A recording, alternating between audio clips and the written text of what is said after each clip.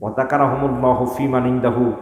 সহিহ মুসলিম শরীফ আছে, স্বয়ং রব তাআলা একটা মজলিসের আয়োজন করেছেন ঊর্ধ্বজগতের ফেরেশতাদের সাথে। আল্লাহ পাক আপনার কথাটা আমার কথাটা ওখানে আলোচনা করতেছেন যে অমুকের ছেলে মাহফিলে বসে আছে, সুবহানাল্লাহ, অমুকের নাতি অমুকের ভাতিজা, কারা আসলো কারা গেল সব ক্যামেরাবন্দি ডায়েরিভুক্ত হচ্ছে। কাজী মাহফিলটা আপনার এলাকায় আপনি আওয়াজ শুনতে পাচ্ছেন, আপনি যদি রিফোর্স করে ডিনাই করেন, আল্লাহ পাকের কাছে তো একটা জবাবদিহিতা রয়ে গেছে, কথা কোনা ঠিক না বেঠিক? এরপরও বলবো কবুলিয়তের একটি বিষয় রয়েছে, কারণ শয়তান বলেছে, হাদিস শরীফ আছে, ক্বালা রাসূলুল্লাহ সাল্লাল্লাহু আলাইহি ওয়াসাল্লাম, ইন্নাশ শাইতান ইয়াকুলু ইয়া রাব্বি ওয়া ইজ্জাতি লা আবরাহু ওয়া ইবাদাকা মা দামাত আরওয়াহুম ফি আসাদিহিম ফায়াকুলুল্লাহ আযজা ওয়া জাল্লা ওয়া ইজ্জাতি ওয়া জালালি ওয়া ইত্তিফাই মাকানি আন্নী উশহিদুকুম আন্নী আকফিলাহুম মাস্তাগফারুনি রাওয়াহুল বাইহাকি আও কামা ক্বালা আলাইহিস সালাম। জবান খুলে বলেন আল্লাহু আকবার। শয়তান বলেছে, ও মহান রব, ভালো কাজে সে যাবে মসজিদে, মাহফিলে, মাদ্রাসায়, আমি তার সামনে বাধা দিব, আমি তার পেছনে বাধা দিব, আমি তার ডানে বাধা দিব, আমি তার বামে বাধা দিব, তাকে মাহফিলের মাঠে পাবেন না। এরপরে দেখা যাবে অনেক বান্দা মাহফিলে হাজির হয়ে গেছে, কথা কোনা ঠিক না বেঠিক? মাসুন অনেক লোক এসে গেছেন, সম্মানিত হাজিরিন, আল্লাহ পাক যাকে কবুল করেছেন, মঞ্জুর করেছেন, কথা কোনা ঠিক না বেঠিক? আল্লাহ পাক তখন বল, ও শয়তান, তুমি শুনে রাখো, আমি রব তাআলার ইজ্জত হুরমতের কসম, আমার বান্দা যদি ভুল বুঝতে পেরে আমি আল্লাহ পাকের সামনে যদি হাজির হয়ে যায়, আমার সামনে যদি সে আমার পথে যদি সে নিজেকে ধরা দেয়, আর সে যদি মাফ চায়, আমি তাকে মাফ করে দিব, জোরে কন্যা সুবহানাল্লাহ। কাজী ভাই, শয়তান আপনাকে আমাকে ধোঁকা দেওয়ার জন্য অপেক্ষায় আছে, কথা কোনা ঠিক না ভাই ঠিক? এখন শয়তানের এই ধোঁকা উপেক্ষা করে আল্লাহ পাক যাদেরকে মঞ্জুর করবেন তারা এসে যাবে, এই যে আমি বলবো, ভাই আসুন জান্নাতি বাগানে, আল্লাহ পাক মঞ্জুর করুক সবাইকে, সবাই কোন আমিন। হাবিবে কিবরিয়া সরকার দু আলমের এই পৃথিবীতে শুভাগমন উপলক্ষে আজকের মূল মিলাদুন নবীর আলোচনা, আল্লাহ পাক বরকত দান করে, জোরে কোন আমিন। সম্মানিত হাজিরিন, আল্লাহ তাবারাক ওয়া তাআলা এই পৃথিবীতে অজ্ঞতা, অন্ধকারাচ্ছন্নতা আর মূর্খতার বর্বতায় যখন ভরা এই ধরাধামে হাবিবে কিবরিয়া সরকার দু আলমকে এই পৃথিবীতে প্রেরণ করেছেন, কথা কন্যা ঠিক না ঠিক? রসুল করিম সরকার দাঁড়িয়ে অজ্ঞতা, অন্ধকারাচ্ছন্নতা, তিমিরতা সব দূর করে দিয়েন, এই পৃথিবীর মানুষগুলোকে হেদায়েতের মহান দীপ্তি শিখা জ্বালিয়ে তাদেরকে আলোক বর্তিকায় পথ দেখিয়ে দিয়েছেন। যে মানুষগুলো ছিল জাহান্নামের অতল গহ্বরে নিমজ্জিত, এই মানুষগুলো জাহান্নামের অতল গহ্বর থেকে তুলে তুলে সম্মান মর্যাদার এত উচ্চ শিখরে পৌঁছে দিয়েছেন। কোটি কোটি মাইল উপরে যে আকাশ আছে, তারকা আছে, আসহাবিকান নুজুম, ওই এক একজন মানুষগুলোকে ওই হাজার কোটি মাইল মাইল উপরে যে সম্মানিত তারকা, এক একজন সাহাবীকে ওই তারকার মানে মর্যাদা মণ্ডিত করে দিয়েছেন, সুবহানাল্লাহ। যে মানুষগুলো ছিল এই পথ ভোলা, যে মানুষগুলো ছিল জাহান্নামের লাকড়ি বা কয়লা হওয়ার উপযুক্ত, এই মানুষগুলোকে হাবিবি কিবরিয়া সরকার দু আলম হেদায়েতের মহান পথ দেখিয়ে দিয়ে জান্নাতি অমীয় সুধা পানে তাদেরকে ধন্য করেছেন, সুবহানাল্লাহ বলেন। সম্মানিত সুধী, কাজী বুঝতেই পেরেছেন এই পৃথিবীতে এত অজ্ঞতা বলা যে সকালবেলা বিয়ে করেছেন, সন্ধ্যাবেলায় তার স্ত্রীকে তালাক দিয়েছেন, নাউজুবিল্লাহ বলেন। সহিহুল বুখারীতে আছে, পৃথিবীর মানুষ এত ধোঁকাবাজ, এত অজ্ঞান এবং এতই পাপে আর পঙ্কিলতায় ভরা, ছেলে আপন মাকে বিয়ে করার জন্য পাগল হয়ে গেছে। আহা, জোরে কন্যা নাউজুবিল্লাহ বলেন। এ ভাই, ছেলেটা তার মাকে বারবার সে তার মাকে আক্রমণ করতে যায়, সে মারটা সে যে মেলামেশা, তার সাথে মার সাথে সে রাত্রি যাপন করতে চায়, নাউজুবিল্লাহ বলেন। আপনি বিবেক, মানুষের বিবেক কত নিমজ্জতা, পশুর সীমানায় পৌঁছে গিয়েছে। হাবিব কিবরিয়া সরকার দু আলম বলেছেন, সে দেখতে পেল তার বাবা তাকে আক্রমণ করেন।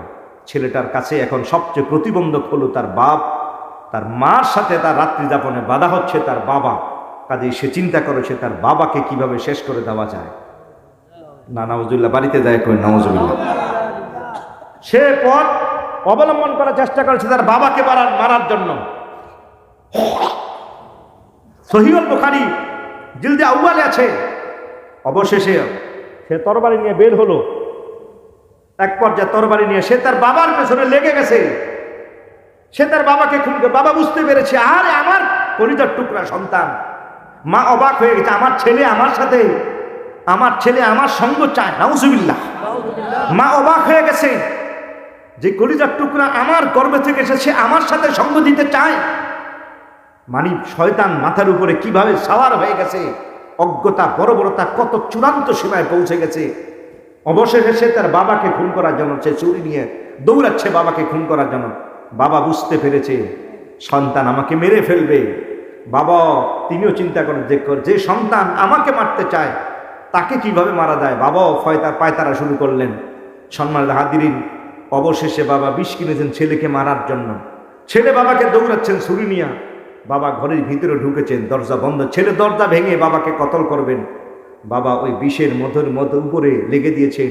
এটা যৌন শক্তির মহৌষধ। একবার পান করলে 25-80 বছরের বুড়া 25-30 বছরের যৌবন শক্তি ফিরে পায়। নাউজুবিল্লাহ বলে।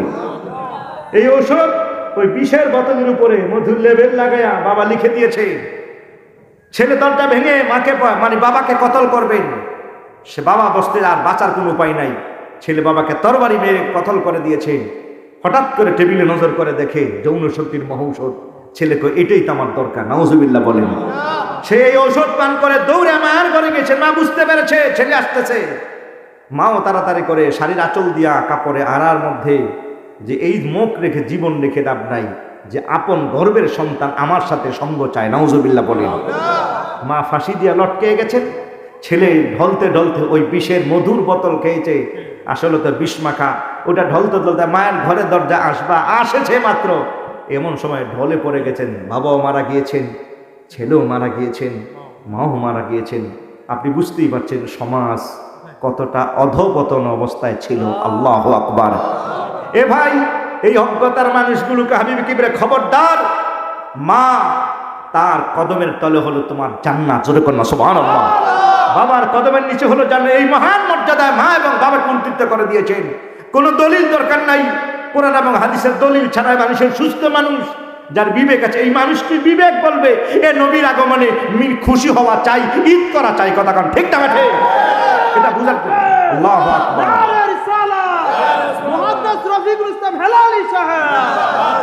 সম্মানিত হাজিরিন, সকালবেলা বিয়ে করেছেন, বিকালবেলা তালাক দিয়েছে। অবস্থাটা এত একটা নির্লজ্জ একটি অবস্থা হয়ে গেছে। হাবিব কিবরিয়া বলেছেন খবরদার, নামাজ, রোজা, হজ, যাকাত, হালাল, যত রকমের হালাল আছে, এই হাজার হাজার হালাল থেকে সবচেয়ে নিম্নমানের নিকৃষ্টতম হালাল হলো তালাক। আল্লাহু আকবার। মানে এটা যাতে কেউ যাতে না দেয়, এটাকে এমন একটা পর্যায়ে পৌঁছে দেওয়া হয়েছে। হাবিব কিবরিয়া মান, সম্মান, ইজ্জত, হুরমত বাড়িয়ে দিয়েছেন। খবরদার, বিয়ে করলেই হবে না। স্ত্রীকে তার অঙ্গ টাচ করার আগে, তাকে স্পর্শ করার আগে ওই 2 লাখ বলো আর 5 লাখ বলো আর 10 লাখ টাকা মহারণা দাও। ওই মহারণার আগে তার অ্যাকাউন্টে পৌঁছে দাও। এরপরে স্ত্রীর ঘরে প্রবেশ করো। জবান খুলে কোন সুবহানাল্লাহ। মর্যাদার আসনে হাবিবি কিবরিয়া সরকারে দো আলম সমাসীন করে দিয়েছেন। বিবেক বলে ওই নবীর আগমনে খুশি হওয়া চাই। কথা বলা ঠিক না বা ঠিক? সম্মানিত হাজির বন্ধুগণ আমার, সে রসুল করিম সরকারে দো আলম এই পৃথিবীতে আগমন করেছেন। হাবিবে কিবরিয়া 570 খ্রিস্টাব্দে আমার নবীর জন্ম নয়। ও ভাই, নবী পাক সরকারে দো আলম এই পৃথিবীতে শুধু আগমন করেছেন মানবের রূপ নিয়ে। কথা কোনা ঠিক না বা ঠিক? হাবিবে কিবরিয়া সরকারে দো আলমের আগমন যখন আকাশ নাই, জমিন নাই, তখনই নবী পাককে আল্লাহ পাক বানিয়ে দিয়েছেন। কথা কোনা ঠিক না বা ঠিক? হাবিবে কিবরিয়া সরকারে দো আলমের পরে আল্লাহ পাক বলে দিয়েছেন, ক্বালা আল্লাহু আযজা ওয়া জাল্লা কুনতু কানজাম মাকফিয়ান ফাআহাবাবতু উরাফা। আল্লাহর হাবিবে পাক বলেন, রব তাআলা বললেন, আল্লাহর হাদিসে কুদসি আল্লাহ পাক বলেন, আমি আল্লাহ পাক যখন একা, আকাশ নাই, জমিন নাই, চন্দ্র নাই, সূর্য নাই, গ্রহ নাই, নক্ষত্র নাই, আলো নাই, নাই নাই কোনো কিছুই নাই, আল্লাহ পাক রব তাআলা তখন বললেন, আমি মহান মালিক এই পৃথিবীতে সৃষ্টি করবার চাই, আমি পরিচিত হওয়ার চাই। সবার আগে আল্লাহ পাক নূরে মুহাম্মদীকে তৈরি করেছেন। সুবহানাল্লাহ। এ ভাই, ময়ূর আকারে আল্লাহ পাককে, হাবিবে কিবরিয়াকে আল্লাহ পাক ময়ূর আকারে আরশের ডান পাশে রেখে দিয়েছেন। জোরে কন্যা সুবহানাল্লাহ। আল্লাহর হাবিবে পাকের সামনে আল্লাহ পাক আয়না তৈরি করেছেন। জোরে কন্যা সুবহানাল্লাহ।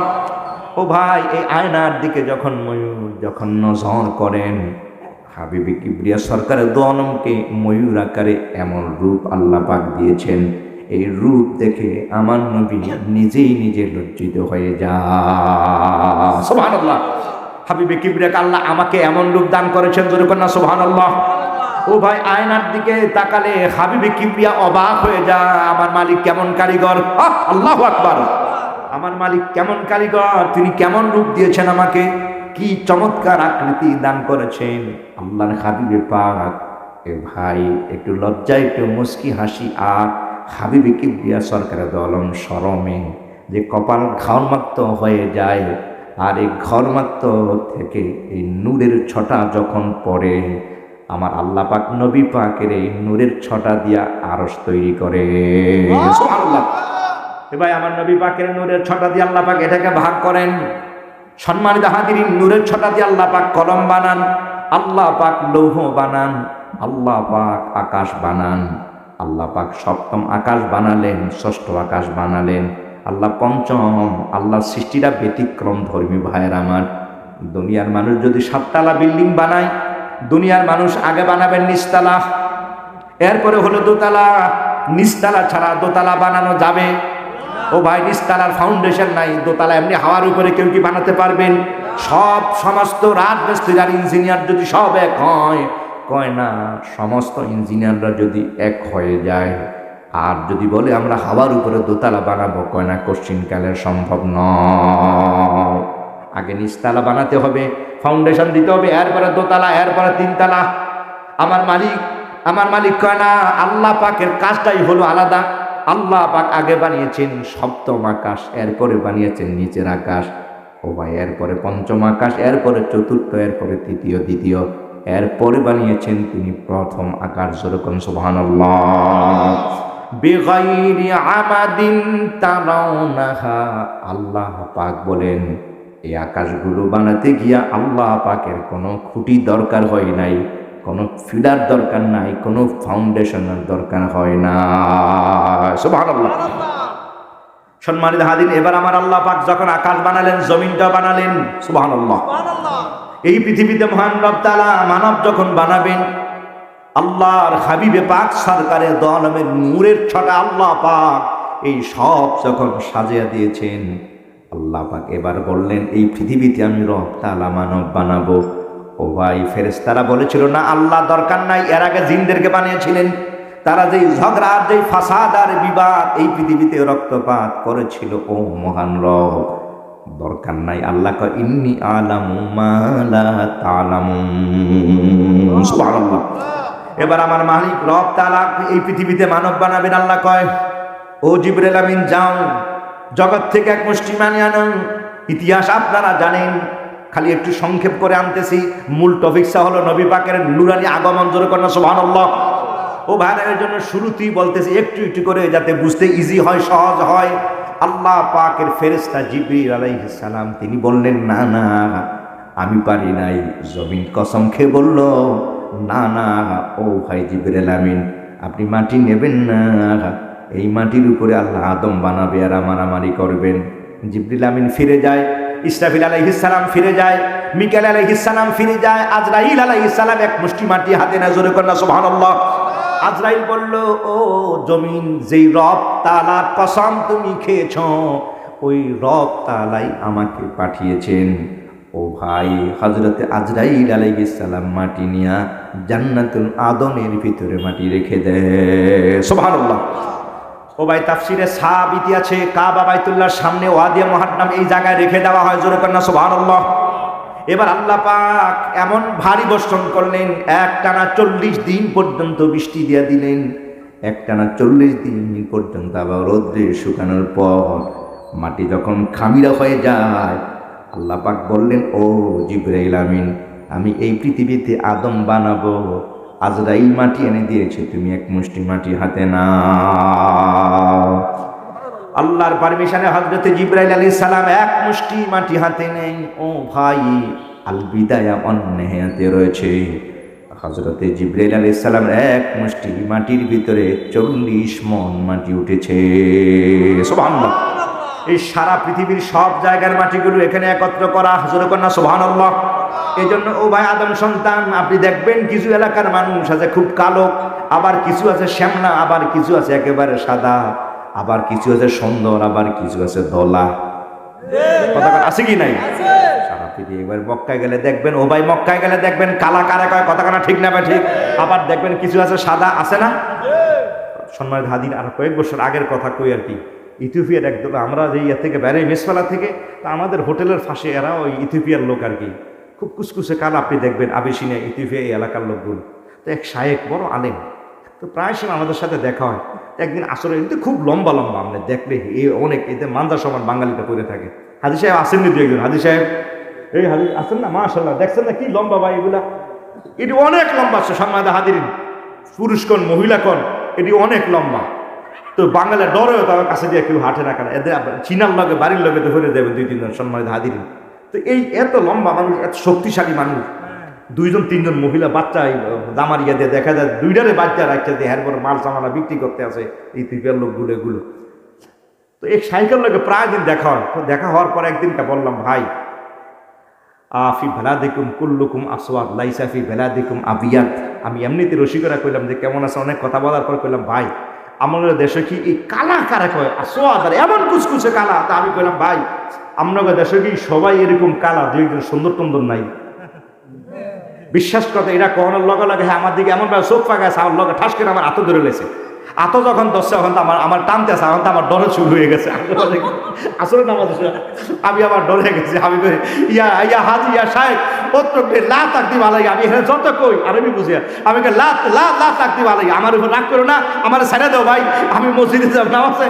হ্যাঁ নো রো ইলা ওয়াজিল কাবা, উনি আমার কাবা এখন হ্যাঁ তখন টানতে আছে। আমার গতকাল এর আগের দিনকার একটা ঘটনা আমার মনে হয়ে গেছে। ওই হেরেম শরীফের কাছে কাবা শরীফের হজরত সাথে চুমা দেয়, এখানে আপনি দেখবেন মানুষের ভিড়। এক ইন্দোনেশিয়ান আবার ছোট্ট ছোট্ট ইন্দোনেশিয়ান আবার কুটি কুটি এটি চুমা দিতে যায়, একটা এমন ভিড়ে পড়ছে ভাই, বাইরে তো পারতেছে না, সেই ইয়ে করতে পারত না, মানে ধম জামার একটা অবস্থা, প্রেশার এমন প্রেশারের মধ্যে পড়েছে। একটা মহিলা এই ইথিওপিয়ার এই এমনি তার ওই তার এই এরামেরিয়া সদস্য দইরা তার এমনি আলগি দিচ্ছে বামাতে হ্যাঁ আমার যখন দশে আগের দিনকার এই কথা মনে হয়ে গেছে। এখন তো আমার এমন ডর লাগছে, হ্যাঁ কাবা এই আমার একটা কাবা শরীফের দিকে। তা আমি গেলাম যে কাবা শরীফের কাছে গিয়ে কত চোল আমার কইতেছে কাবা শরীফে, হ্যাঁ নীতি আমার অঞ্চল ইলামাঝিল কাবা, আমাকে বলতেছে তুমি কাবা শরীফের দিকে তাকাও। এবার তুমি ফাকল যে কাবা শরীফের যে গিলাফুল কাবা, আমি হে আবিয়াত আম আসওয়াদ, আমাকে বলো কাবা শরীফের গিলাফের দিকে তুমি তাকাও আর তুমি এটা কি কালো নাকি সাদা?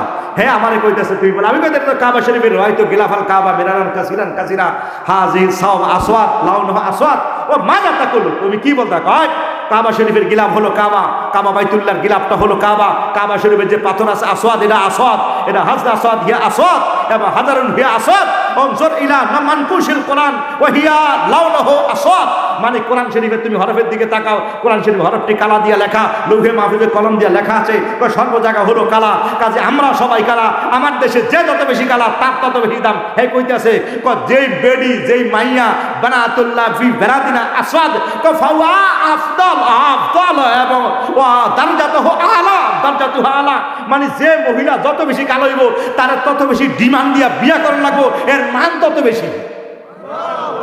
হ্যাঁ যে আমার কইতাছে কালার বয়ান, হ্যাঁ দেশ কালা বেডির সবচেয়ে বেশি দাম, কামড়ের জন্য কালার বেশি পাগল।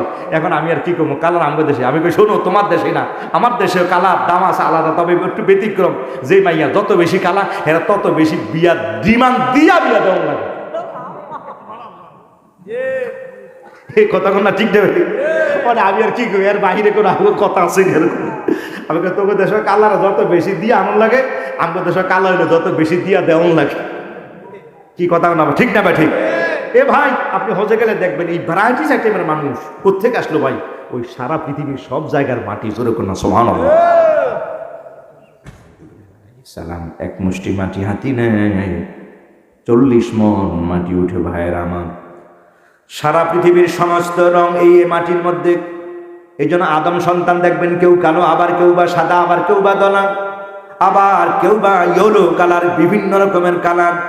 আল্লাহ পাক বললেন ও জিবরাইল আলাইহিস সালাম হাত বানাও কান বানাও, ফেরেশতারা ও ভাই হাত বানায় কান বানায় নখ বানায় সব বানায় পা বানায়। এবার চেহারার মধ্যে যখন হাত মারবে আমার মালিক বলে না না ও ফেরেশতারা আমি মালিক কুদরতি হাত দিয়া বান্দার চেহারা বানাইয়া দিব। সহিহুল বুখারীতে আছে আবি হুরায়রা রাদিয়াল্লাহু তাআলা আনহু قال রাসূলুল্লাহ সাল্লাল্লাহু আলাইহি ওয়াসাল্লাম খালাকাল্লাহু আদাম আলা সূরাতি ওয়া তাওলা সিত্তুনা জারান ফালাম্মা খালাকা ক্বালা ইয়া আদম ইযহাব হাউলাই ওয়া হুম নাফারুম মিনাল মালাইকাতি ইলা আখির হাদিস রাওয়াহুল বুখারী আও কামা ক্বালা আলাইহিস সালাম জবানটা খুলে আওয়াজ করে বলে আল্লাহু আকবার। নবীজি আমার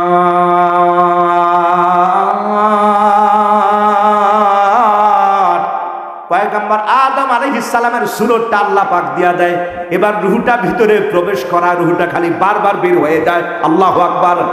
ফেরেশতারা বলেন ও আল্লাহ, রূহ তো খালি বারবার দেওয়ার পর বের হয়ে যায় ভাইয়ের আমার। মালিক বলে ফেরেশতা জিবরিল, আমি ভালো করে জানি কেন রূহ প্রবেশ করবার চায় না।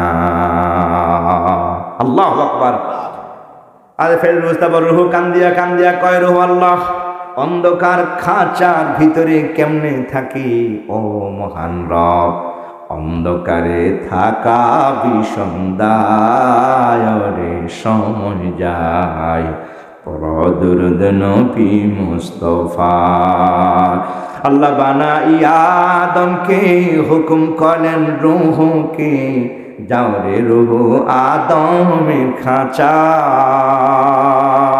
আল্লাহু আকবার। রূহ বলে আয় আল্লাহ পাক মালিক সাই, এই অন্ধকার খাঁচার ভিতরে আমার ভালো লাগে না। আল্লাহ পাক বললেন ও জিবরিল আমিন, আমি জানি অন্ধকারে রূহ থাকতে পারবে না, আমার আরশের ডান পাশে নজর করে দেখো, আমার বন্ধুর হাবিবে কিবরিয়ার নূরে মুহাম্মদী আদম সফিউল্লাহর কপালে ঘষিয়া ঘষিয়া লাগাইয়া দাও। सद हजारे इंतजारे हमदे मानी मोहम्मद चश्मे बराए समानी, मोहम्मद चश्मे बराए समानी, खुदा मदही आफरी मुस्तफा बास मोहम्मद खामदे हमदे खुदा बास, मोहम्मद खामदे हमदे खुदा बास। আল্লাহ কয় নূরে মোহাম্মদী আমি বানিয়ে রেখেছি ও জিবরাইল আমিন, আদম নবীর কপালে নূরে মোহাম্মদী ঘষিয়া ঘষিয়া লাগাইয়া দাও, দেখবা আদম পয়গম্বরের রূহটা আর বাহিরে যাবে না। সুবহানাল্লাহ। ও ভাই এবার রূহ যখন দিয়া দেয় আদম নবী নূরে মোহাম্মদী, যখন আদম সফিউল্লাহর কপালে যখন ঘষিয়া ঘষিয়া লাগাইয়া দেওয়া হয়, এইবার যখন রূহটা প্রবেশ করা হয়, রূহটা দেওয়ার সঙ্গে সঙ্গে আদম সফিউল্লাহ মোরামুড়ি দিয়া উঠেন, ধরে কন্যা সুবহানাল্লাহ। ও ভাই মোরামুড়ি দিয়া উঠে তিনি হাসি দেয়, হাসি দেওয়ার পর ফলে যেই হাওয়াটা বের হয়, আল্লাহকে ও জিবরিল আমিন সুন্দর করে যত্ন করে এই হাসিটা রেখে দাও। সুবহানাল্লাহ। এটা বোতলের ভিতরে জান্নাতি শিশার ভিতরে রেখে দাও।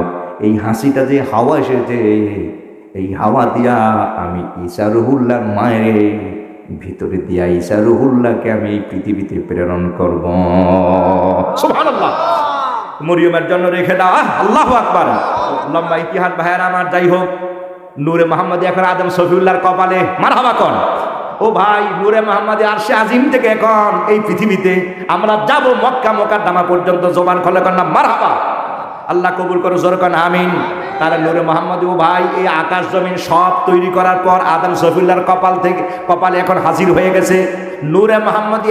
1000 বছর আদম সফিউল্লাহর কপালে, 1000 বৎসর পর আল্লাহ পাক পয়গম্বর আদম সফিউল্লাহকে জগৎ থেকে যখন বিদায় হয়ে যাবেন ভাইয়ের আমার, নূরে মোহাম্মদী ওনার সন্তান এসে যায় এই জগতে শীষ পয়গম্বর। নূরে মোহাম্মদী আদম সফিউল্লাহর কপাল থেকে শীষ নবীর কপালে আস্তে আস্তে পয়গম্বর ইব্রাহিম আলাইহিস সালামের কপালে এসে যায়। সুবহানাল্লাহ। হাবিবে কিবরিয়া বলেছেন আনা ইবনুজ জাবিহাইন, আনা ইবনুজ জাবিহাইন, এই পৃথিবীতে আমার কেমনে কেমনে আগমন হলো নবী নিজে বলেছেন, জোরে কর না মারহাবা। হাবিবে কিবরিয়া বলেছেন আনা ইবনুজ জাবিহাইন, এই সাহাবীরা আমি পৃথিবীতে কেমনে আসলাম, আমি 2 জবিওয়ালার সন্তান। এক জবি হলো আমার বাবা ইব্রাহিম, হযরত ইসমাইলকে তিনি জবা করেছেন। একজন হলো ইসমাইল জবিউল্লাহ, আর একজন হলো আমার বাবা হযরত আব্দুল্লাহ, আরেক জবিউল্লাহ। জোরে কর না সুবহানাল্লাহ। ইব্রাহিম পয়গম্বর কলিজার টুকরা ইসমাইলকে জবাই করবেন ভাইয়ের আমার।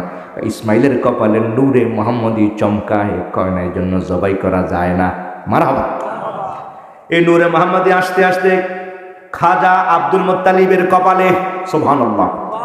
ও ভাইয়ের আমার, নবী আমার কয় আমার বাবা আব্দুল্লাহ। ও ওই আব্দুল মুত্তালিবের কপাল থেকে নূরে মুহাম্মদিন আব্দুল্লাহর কপানি, সারা মক্কার ভিতরে নূরে মুহাম্মদিন খবর চতুর্দিকে ছড়িয়ে যায়। আব্দুল্লাহ হাবিবে কিবরিয়া বলেছেন, আমার বাবারে জবাই করার জন্য, জবাইকে দেখার জন্য হাবিবে কিবরিয়া সরকার বলেন, এই পৃথিবীতে আসবার আগে আমার নবীর নূর মোবারক আব্দুল্লাহর কপালে। সারা মক্কার মানুষগুলোর অবস্থাটা তখন এমন ভীষণ ভয়ানক কঠিন পরিস্থিতি। মক্কায় কোনো পানি নাই, সব পানি শুকিয়ে যায়, সব লোকেরা হয়রান পেরেশান। আরে পানি তো নাই, কোথায় গেলে পানি পাওয়া যাবে? এই কুয়ায় যায়, কুয়ার পানি শুকিয়ে যায়, ওই কুয়ার কাছে যায়, দেখে না পানি নাই। অবশেষে পাদ্রীরা বলল, শোনো, কোনো কুয়ার পানি যদি না থাকে, একটা কুয়ার পানি কিন্তু চালু করা যায়। কেমনে? কয় আব্দুল মুত্তালিবের কাছে গিয়া ধরো। আব্দুল মুত্তালিবের পূর্বপুরুষ ইসমাইলের পায়ের গোড়ালির আঘাতে আল্লাহ পাক একটা কুয়া বানিয়েছেন। এই কুয়াটার নাম হলো মায়ে জামজাম। সুবহানাল্লাহ। আব্দুল মুত্তালিব হবো কাবা বাইতুল্লাহর মুতাওয়াল্লি, কাবা বাইতুল্লাহর খাদেম। আব্দুল মুত্তালিবকে সারা মক্কায় তখন আব্দুল মুত্তালিবের জয়জঙ্কার। সব লোকেরা আব্দুল মুত্তালিবকে মানেন, তিনি কাবা বাইতুল্লাহর খাদেম, কাবা বাইতুল্লাহর পাহারাদার। পাদ্রীরা বলল, ও ভাই, আমাদের কাছে এসে লাভ নাই, মক্কায় গিয়া মক্কার নেতা আব্দুল মুত্তালিবকে গিয়া ধর, আর আব্দুল মুত্তালিবকে বলো যাতে জমজমের পানি চালু করে দেন। সারা মক্কার হাজার হাজার মানুষগুলো এসে আব্দুল মুত্তালিবের বাড়ির চতুর্দিকে ঘেরাও করে ফেললেন। আব্দুল মুত্তালিব বললেন, কি ব্যাপার ভাইরা, আপনারা আমার বাড়িতে? লোকেরা বলল, ও আব্দুল মুত্তালিব, কাবা সারা মক্কার মানুষগুলো পানির জন্য বড় হাহাকার, এই দেশে কোনো পানি নাই, সব কুয়া শুকিয়ে গেছে প্রায়, বড় কষ্ট করে রশি বেঁধে বালতি থেকে দিয়া পানি উত্তোলন করতে হয়। কাজী আব্দুল মুত্তালিব, পানি বড় অভাব, পানি যদি না পাই আমরা মারা যাব, কারণ পানির অপর নাম হলো, কথা কার না, পানির অপর নাম জীবন। কাজে আপনি আমাদের জন্য একটা পানির ব্যবস্থা করে দেন। আব্দুল মুত্তালিব বলল, ঠিক আছে ভাইরা আমার, এটা আমার করার কি আছে? কয় না, শোনেন, আপনি পারবেন পানি ব্যবস্থা করা। কিভাবে? আপনার পূর্বপুরুষ ইসমাইলের পায়ের গোড়ালির আঘাতে আপনার রব মায়ে জমজম চালু করে দিয়েছেন। এই জমজমের কুয়া এখন বন্ধ হয়ে গেছে। কাজে আমরা সবাই বলছি, আপনি আপনার মালিকের কাছে বলেন, আর জমজম কুয়ার পানিটা আমাদের জন্য চালু করে দেন। আব্দুল মুত্তালিব বড় বিপদে পড়ে গেলেন। ঠিক আছে ভাইরা, আপনারা যখন বলেছেন আমি চেষ্টা করব। আব্দুল মুত্তালিব সব মানুষের তিনি হলো নেতা, সবাই ওনাকে মানেন। উনি কাবা